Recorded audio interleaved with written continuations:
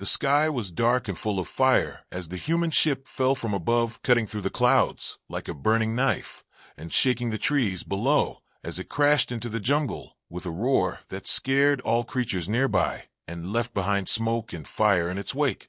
Inside the broken ship, a young man named Lucas opened his eyes to the sound of alarms and the smell of smoke. His head was bleeding and his hands were shaking, but he pulled himself up and looked around the twisted metal and broken lights, trying to remember what had happened just moments before.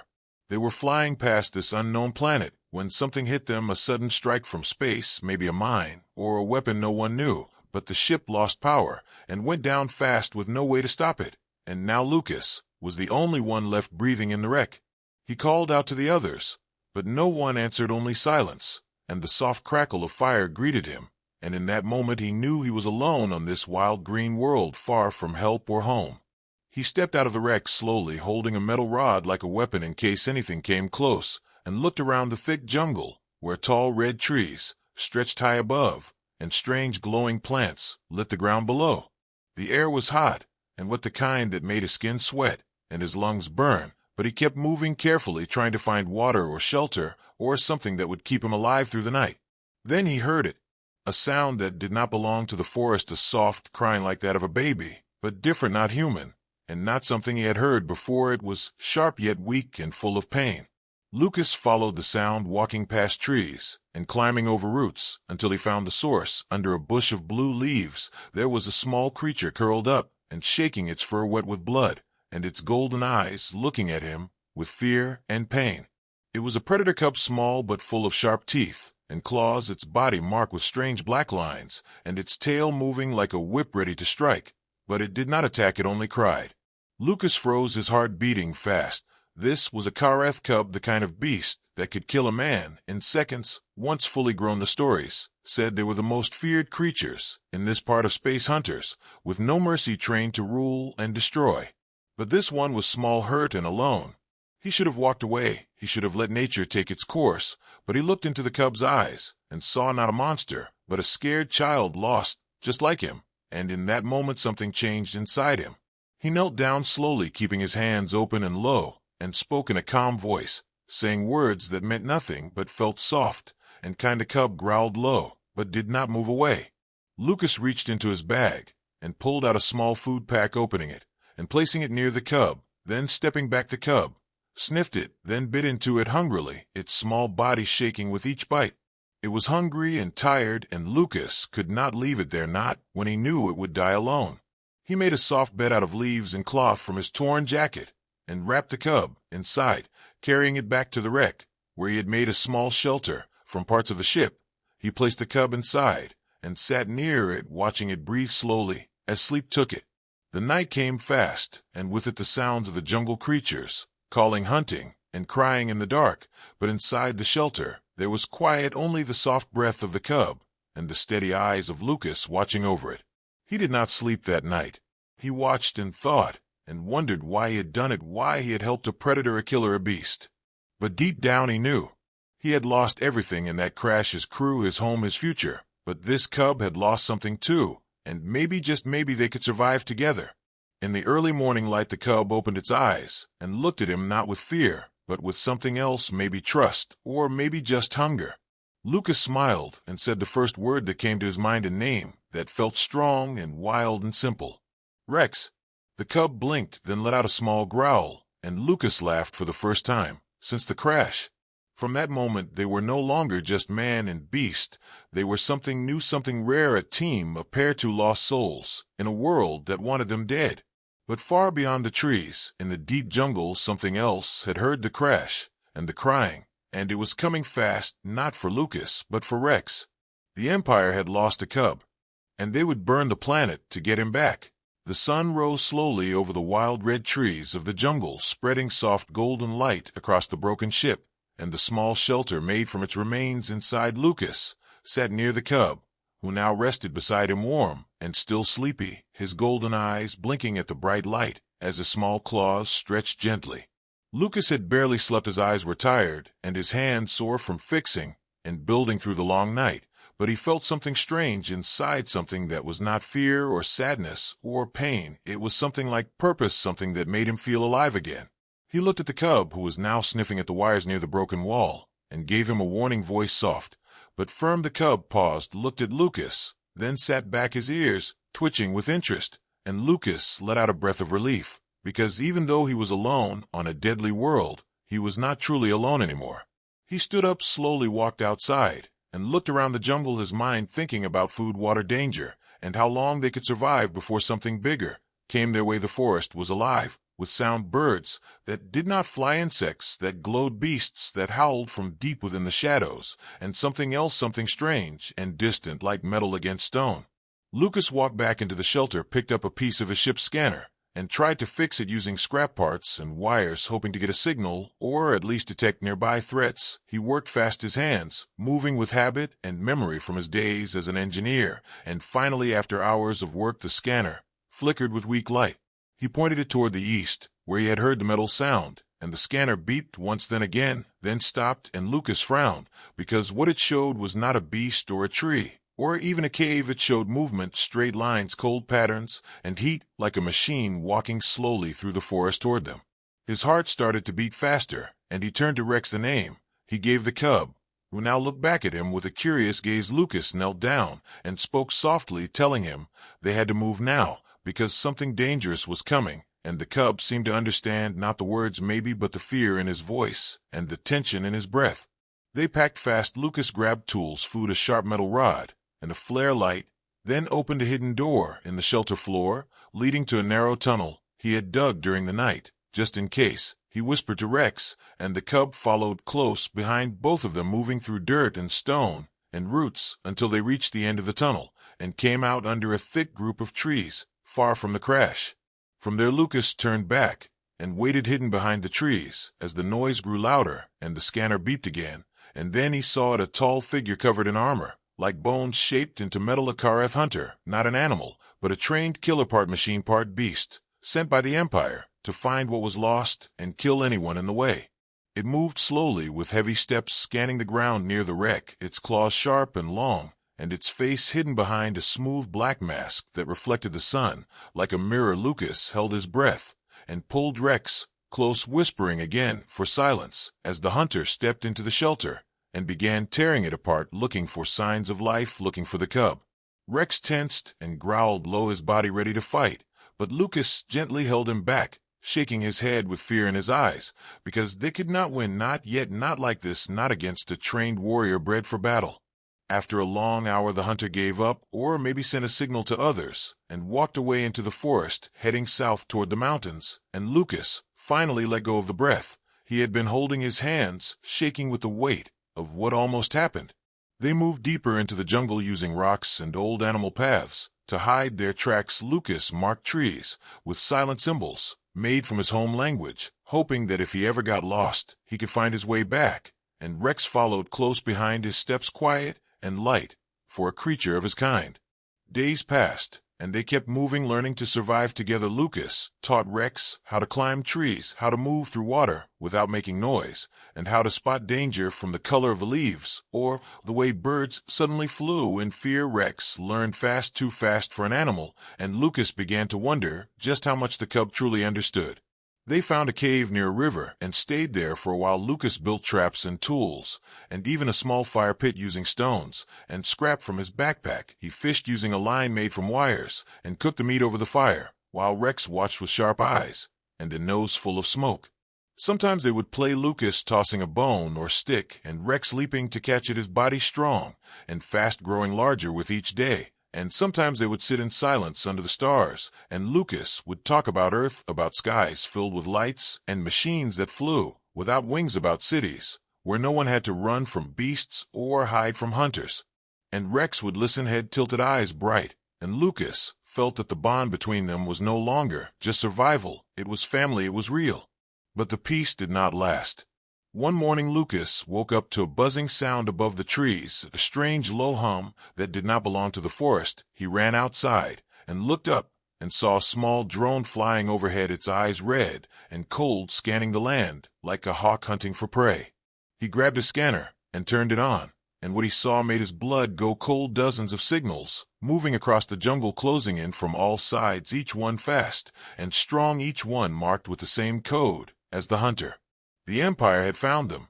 Lucas turned to Rex and saw that the cub was already on his feet, his ears up, his body tense, ready to run or fight, and Lucas felt pride and fear all at once, because Rex was not just a cub anymore. He was something more, something dangerous, something important.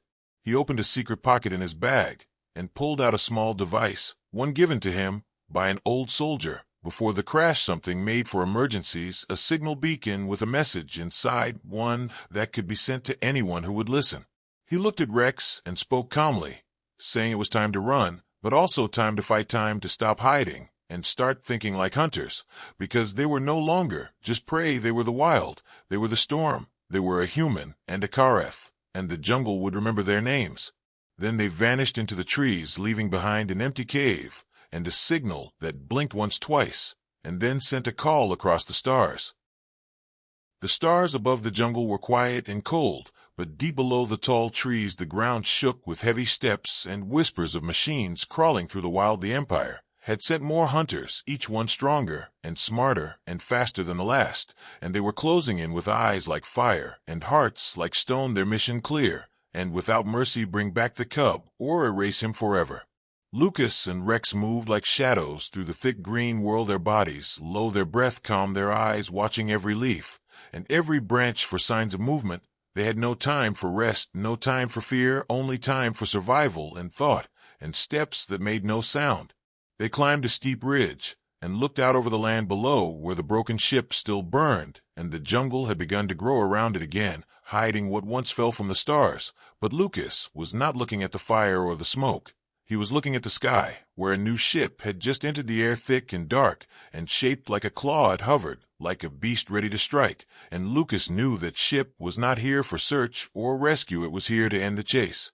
He turned to Rex, who now stood tall beside him, no longer a weak cub, but a young predator full of strength and fire, his eyes sharp, his steps silent, his body built for war. But his heart was not like the others, not like the Kareth born in the Empire. His heart was something new, something shaped by kindness and trust, and a bond that no rule or command could break. Lucas placed a hand on Rex's shoulder and spoke with calm strength, telling him they had to move east, toward the Black Mountains, where caves ran deep into the planet, and where signals could not reach them. They had to find time to plan, time to learn, time to prepare for what was coming. And Rex listened, not just with ears, but with full understanding, like a soldier hearing the voice of a leader. As they traveled, Lucas began to notice something strange. The way Rex walked away, he listened away. He watched the world around him. It was more than instinct, more than animal. It was thought and purpose and choice. And Lucas remembered something he had read long ago in a report hidden in the databanks of a lost ship, a report that spoke of a project known as the Heir of Claws. It had been secret even among the Empire, a test to create the perfect Kareth warrior, not through force or training, but through something older, something powerful, something genetic. They bred one cub, one special cub, from the bloodlines of every royal house, mixed with ancient code, and given one command: survive. But the cub was lost during transport. Some said killed, some said stolen, others whispered that the Empire had lied and shut the project down in shame. But Lucas now looked at Rex and saw the truth, not just in his eyes, but in his movement and silence and strength. He was the heir, the one made to rule, the one who was never meant to feel fear or doubt or pain. But now he had learned all of those things and more, and that made him dangerous to the Empire. They reached the mountains as the sun began to fall, and climbed into a deep cave lit by glowing moss and warm stone. The place felt safe, like the world could not find them here, and Lucas used a moment to open his old data pad and search again through broken files and old codes, trying to find the full story behind Rex, behind what he had become.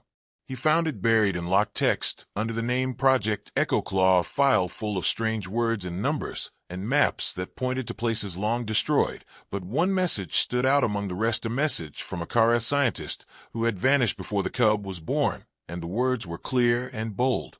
If the heir is raised by war, he will destroy everything. If he is raised by peace, he will save us all. Lucas sat back and looked at Rex, who now slept beside the fire, breathing slow and steady, and wondered what kind of future they had stepped into, what kind of world would rise from the bond between human and beast.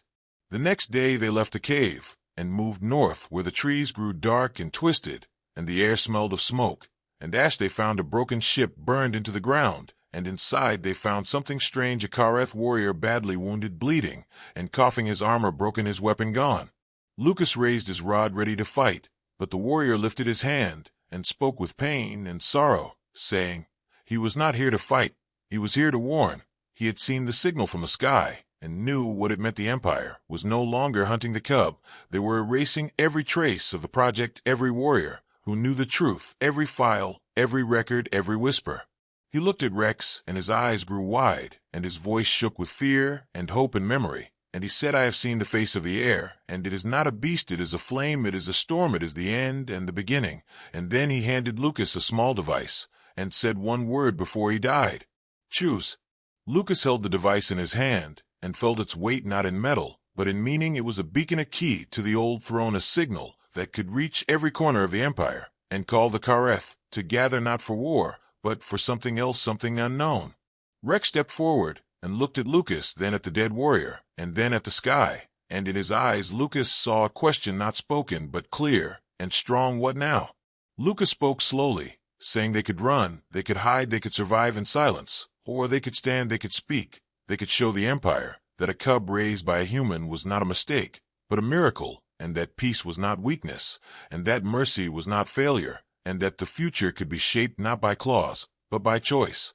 Rex lowered his head, then nodded once, and Lucas smiled, because he knew the choice had been made not by force, not by command, but by will. And in that moment he saw the future not as a path of fire, but as a road of light, and he knew they would walk it together.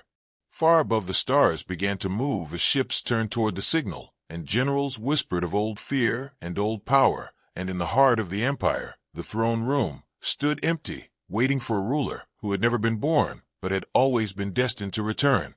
And in the jungle, where the wind sang through the trees, and the fireflies danced in the night, a human and a predator cub, now grown, walked forward side by side, not as hunter and prey, but as something new, something strong, something that would change the fate of the galaxy forever. The wind screamed through the jungle, like a warning, like a voice from the trees, telling every creature below to run, to hide, to vanish into the shadows, because something was coming, something dark and hot, and full of rage and fire, and that something was not just the Empire, it was the end of silence, the end of waiting, the end of mercy. Lucas and Rex stood at the edge of a high cliff, their eyes fixed on the smoke rising from the valley below. The trees were burning, and the ground was shaking as ships landed in rows, like metal beasts hungry for blood, and their engines roared like dragons, setting the sky aflame with light and dust.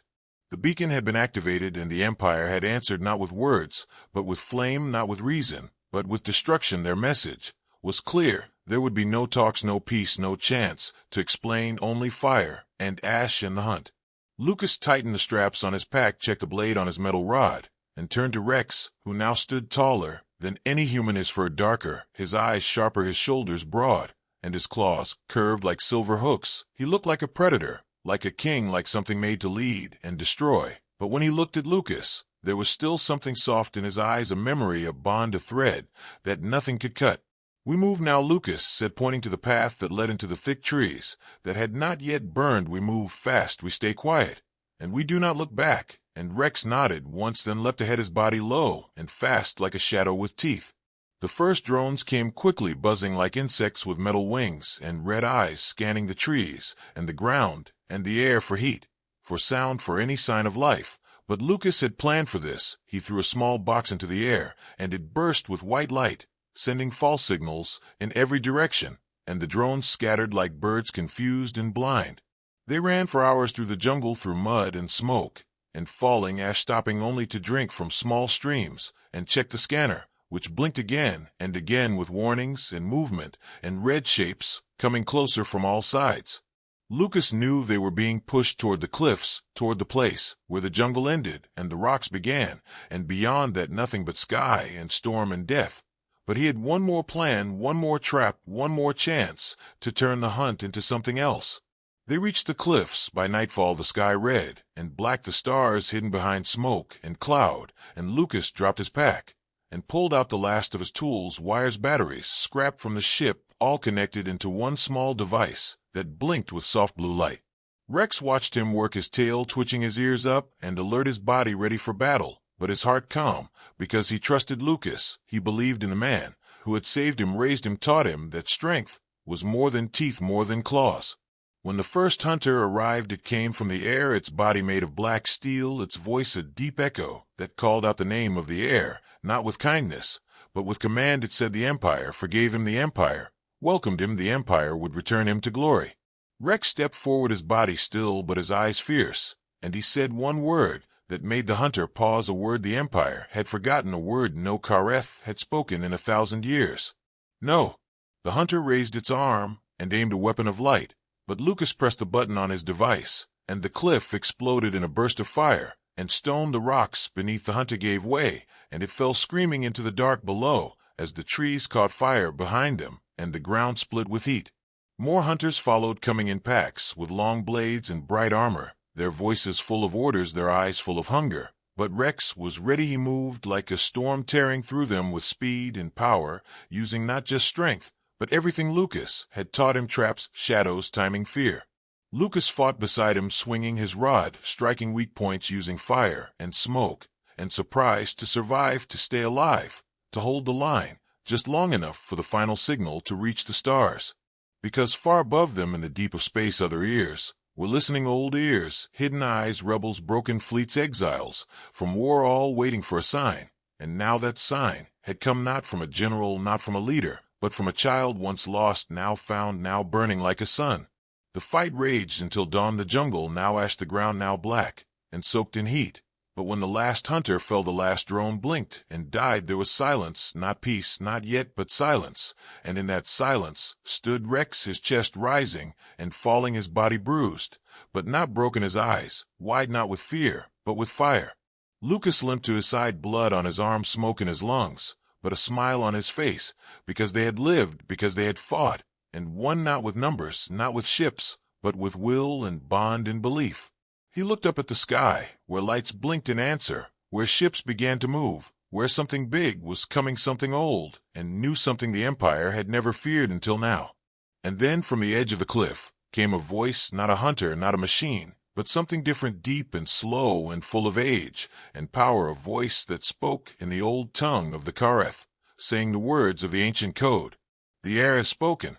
Lucas turned and saw them, warriors with scars, warriors with eyes like Rex, warriors who had hidden for years, waiting for the one who would return, not as a beast, but as a change.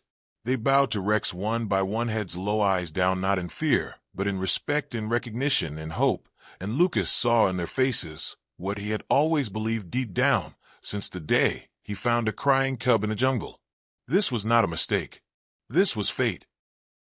The sun rose behind black smoke, casting golden light through the burned jungle, where trees stood like skeletons, and the air still smelled of fire and blood. And yet there was peace, not in the world, but in the hearts of those who had survived, in the eyes of those who now believed that something new was coming, something that could not be stopped or silenced. Lucas sat by a stream, his arm wrapped in cloth, his breath slow and his body tired, but his eyes never leaving Rex, who stood near a fallen tree, speaking with the Kareth warriors, who had come from the shadows, from the lost places, from hiding. They had come because they had heard the call, not from an emperor, not from a council, but from an heir, from a cub who had learned a different way. Rex did not speak like a king. He did not command with fear or strike with anger. He listened, he asked questions, he waited. And when he spoke, his voice was not loud, but it was clear and strong, and each word carried the weight of something greater than power. It carried the weight of change. Lucas watched this and remembered the first time he saw Rex, small and hurt and crying under a blue bush, and he felt something deep in his chest, something like pride, but stronger, because this was not just survival, this was growth, this was hope. Later that day they gathered by a fire built from clean wood and safe flame. The warriors sat in a circle and shared food, old stories, and silent respect, while Lucas sat beside Rex and answered questions, not about war, not about weapons, but about Earth, about humans, about why it saved a predator instead of killing it. He spoke in simple words, telling them that not every fight needs blood, that sometimes strength is not in the claw, but in the hand that chooses not to strike. He told them about his brother, who had died in war, about the pain of losing everything and the choice to save rather than destroy. The warriors listened, some with doubt, some with silence, but none with hate, and that was a start. Rex stood and spoke next, not of conquest, not of victory, but of the jungle of the days, running from fire, of the pain of fear, and the strength found not in roaring, but in choosing when to roar and when to stay still. He looked at Lucas and said one word that made even the oldest warrior look up and lean closer. Father. Not by blood, not by name, but by bond, and that word passed through the circle, like wind through tall grass, quiet, but powerful, and none spoke for a long time. From that moment something shifted, not only in the group, but in the air, in the silence, in the way the night felt calm, not with safety, but with purpose. The next day they began training not for war, but for unity. Rex led them through lessons taught by Lucas, lessons of movement, of planning, of seeing the world, not as enemy and prey, but as a system of paths and choices, each choice with weight, each path with a price. They learned to build traps, not to kill, but to block. They learned to use fire, not to burn, but to warn. They learned how to walk without sound, how to speak without words, how to trust someone who looked nothing like them. Lucas watched as Rex helped a young warrior up after a fall, not with laughter, but with a nod and a hand, and he saw in that moment that the cub he had saved had become something more than a survivor, more than a leader. He had become an example. But the peace was not without shadow, for across the stars the Empire had begun to feel the tremble of something it could not control. Whispers reached the throne world of warriors, gathering of old codes, spoken aloud, of a cub raised by a human, and an army not ruled by fear. The Empress watched the reports with cold eyes, and gave a simple order: silence them all, burn the jungle, destroy the signal, erase the myth, before it becomes belief. A fleet was prepared, black ships shaped like knives, full of weapons, full of hunters, full of fire, and it moved fast toward the planet, like a storm of death. Back in the jungle, Lucas and Rex felt the change before the sky showed it. The animals had gone quiet, the wind carried no song, and the scanner blinked with red light again and again and again. Lucas knew what it meant, and so did Rex, and they did not run this time. They prepared not to fight a war, but to show the truth. To show that unity was not weakness, that kindness was not foolish, that mercy was not surrender. They stood on a high ridge with the warriors behind them, not in armor, but in cloth, not with fear, but with pride. And when the ships appeared above like dark birds, waiting to strike, Lucas activated the old device, the one given by the dying soldier, and sent one last signal across the stars. But this time it was not a call for help, it was a message, it was a truth, spoken with no weapon in hand. The heir has returned, and he does not bring war, he brings choice. The Empire did not answer with words, they answered with fire. The first beam struck the ridge and broke the stone, the second beam melted trees, the third aimed for Rex, but before it could land, a wall of light appeared from a sky and stopped the fire midair.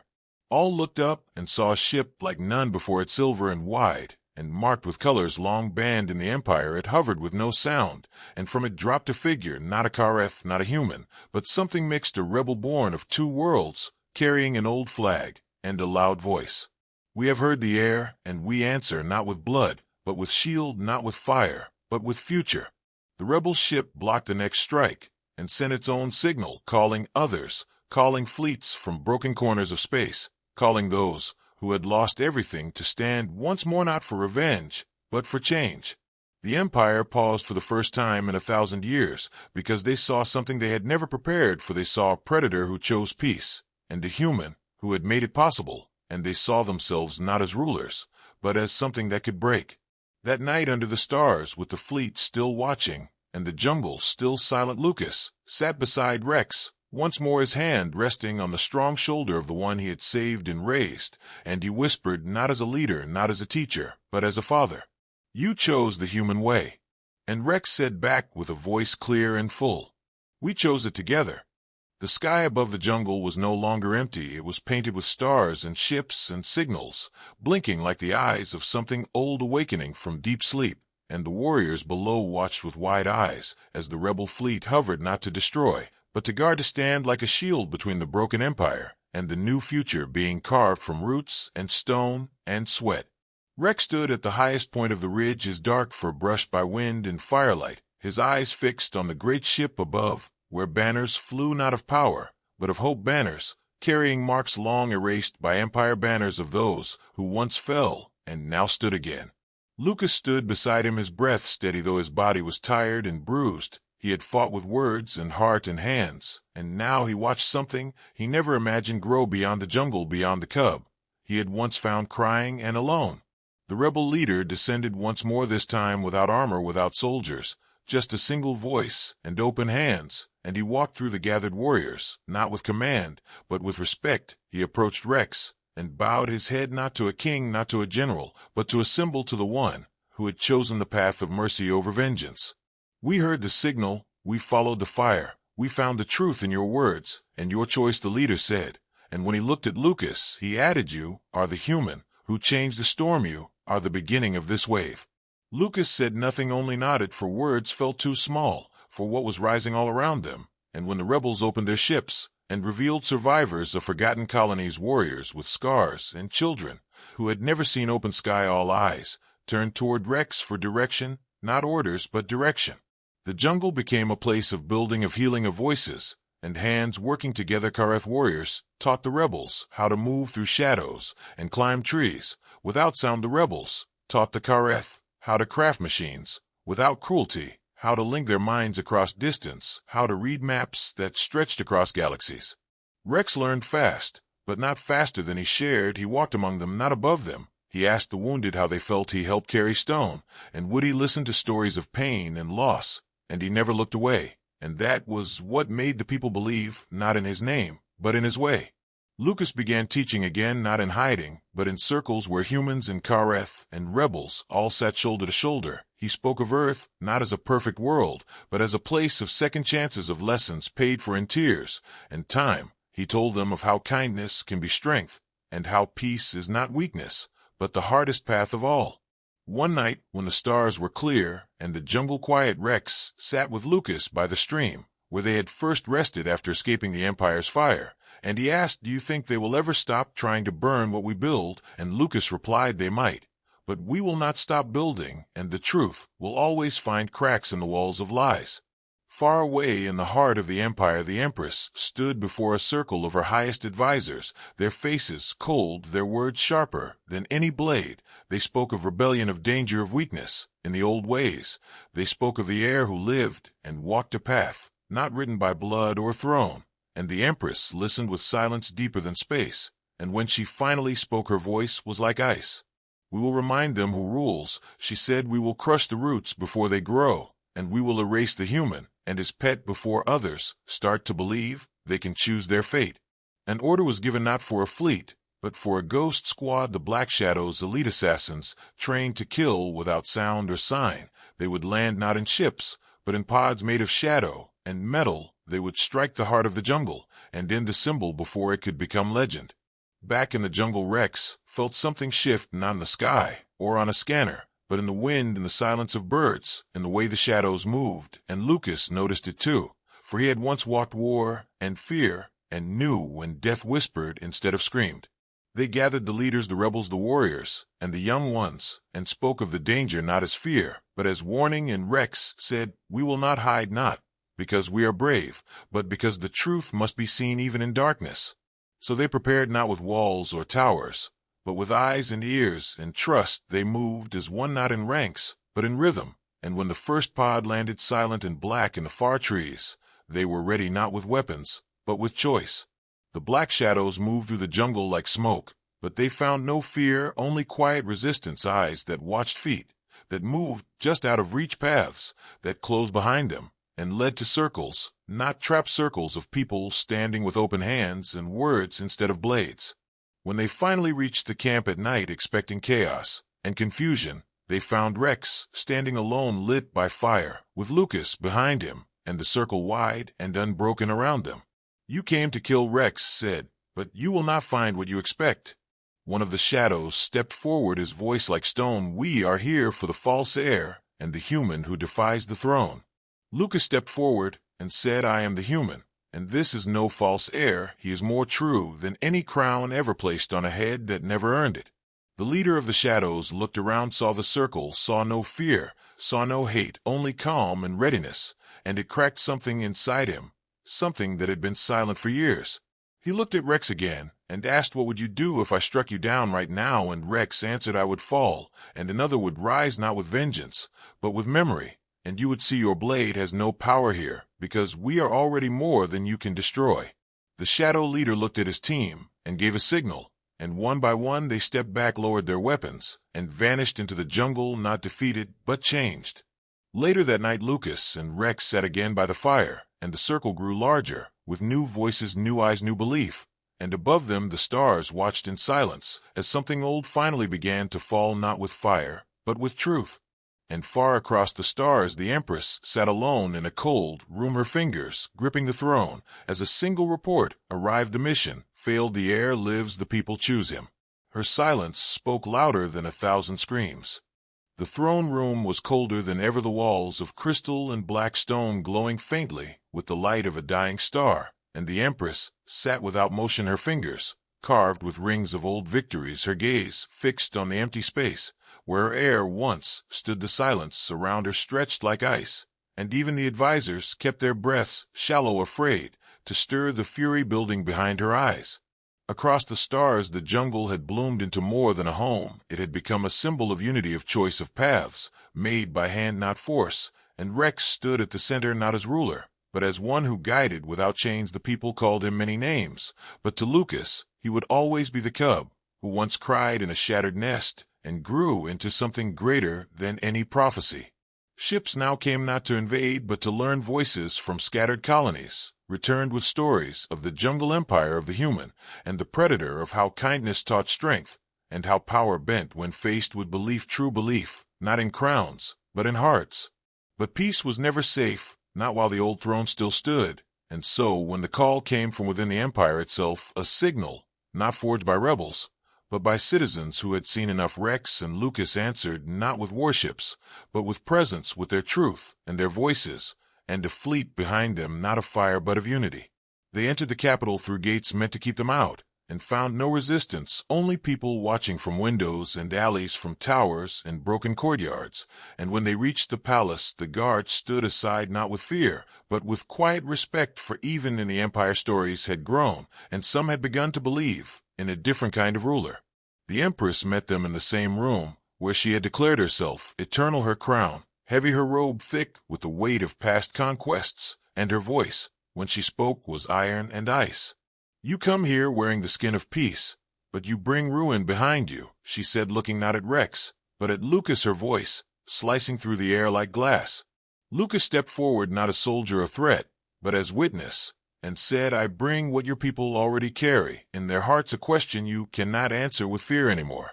The Empress rose slowly, her every motion practiced, her presence still powerful even as the walls around her cracked. She looked at Rex and asked, "Do you claim the throne, then, my son? Do you tear it from me with your rebel friends and that human's tongue?" Rex looked at her, not with hate, not with anger, just with calm, and he said, "I claim nothing, I offer something else. I offer a future where no one kneels and no one must carry the weight of your crown." The court gasped, not in horror, but in hope, and the Empress stepped back, her strength wavering as the people in the shadows, the servants, the guards, even her most loyal advisors, began to shift, to murmur, to question. "You think peace will hold, you think kindness will protect you," she said, trembling with rage, but also with something else, maybe fear, maybe truth. And Lucas stepped beside Rex and said, "No, peace is not protection, it is a choice made every day, and it is stronger than any throne built on bones."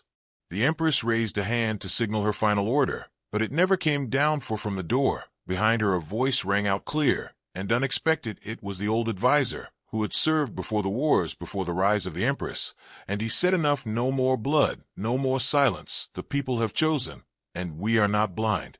Others joined him, one by one, guards lowering weapons, advisors stepping away from the throne, and in that moment the Empress was truly alone, not in space, but in spirit, and the crown on her head seemed heavier than stone. She sank into the throne and whispered, "You would watch it all burn, just to be free." And Rex replied, "We would build from the ashes something better." And Lucas added, "And this time everyone will help shape it." The Empress did not fight. She did not run. She simply closed her eyes, and the crown fell from her head and rolled across the floor. And when it stopped at Rex's feet, He did not pick it up. Instead, he turned and walked away, and the people followed, not to leave her in pain, but to leave her behind in history. The palace opened its gates for the first time in a generation, and the people entered not as subjects, but as equals, and the halls filled not with commands, but with songs, with questions, with laughter, and for the first time the capital felt alive. Rex stood on the balcony where emperors once declared war, and he said, "Today, we do not raise a new ruler, we raise new voices. Today the empire ends, and something else begins," and the cheers that followed were not for him, but for each other. Lucas watched from below, and smiled, knowing that the cub he once fed, and held now fed hope to an entire galaxy, and that his role had never been to lead, but to light the path. And when Rex looked down, and met his eyes, the connection between them spoke louder than any speech. Across the stars, old colonies, lit beacons not of war, but of welcome planets, once isolated, reached out with hands open. Fleets, built for battle, now carried books and medicine and seeds, and the name of Rex traveled far, but always carried beside it was the name of the human who raised him. In a quiet moment after the chaos, after the storm, Lucas sat by a river, not unlike the one in the jungle, and Rex joined him, without a word, and for a while they just listened to the water, to the wind, to the peace they had made not just outside but within. Rex finally said, "Do you think it will last?" And Lucas replied, "It does not need to last forever, it just needs to begin, and from there it can grow stronger, with each hand that touches it, with each voice that chooses it." In the sky above, the last of the warships turned from weapon to beacon, its hull painted not in metal gray, but in colors drawn from every world, and carved on its side were the words of a new beginning. Not one rules all, but all choose one path. And somewhere far from it all, in a quiet cell, the former empress sat watching stars she once owned, now shining beyond her reach, and perhaps in her silence she too began to understand not her fall but the reason for it.